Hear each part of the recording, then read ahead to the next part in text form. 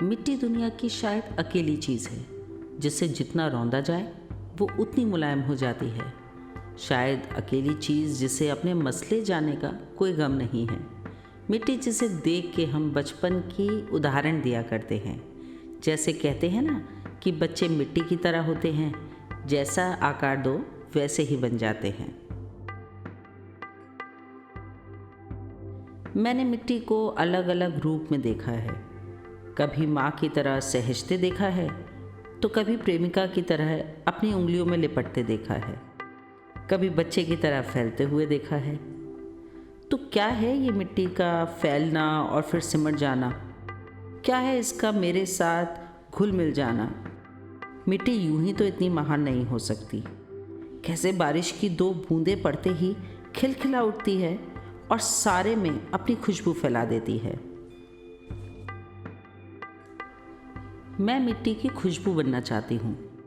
इस दुनिया में सबके एहसास में रहना चाहती हूँ, फिर भी अलग होना चाहती हूँ।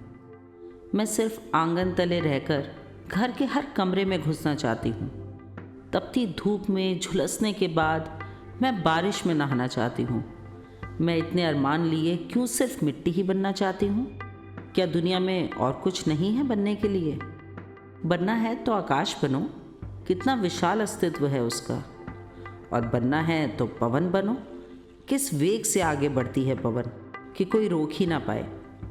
बनना है तो अग्नि बनो कि जब जब प्रज्वलित हो तो यज्ञ का आरंभ हो जाए।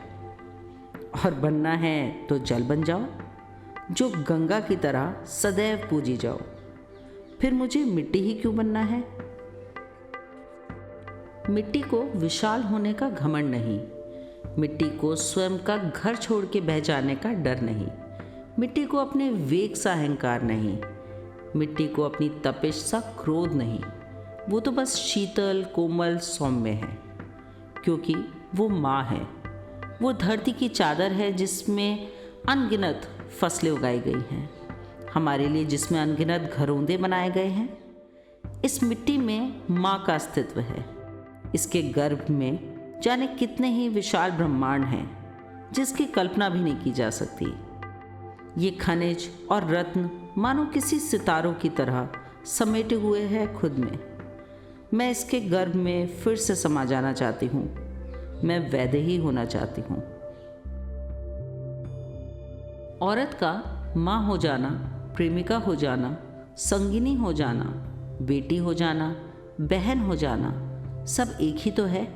वो परस्पर सुनती रहती है सबके मन में उभरते हुए कोमल स्वर।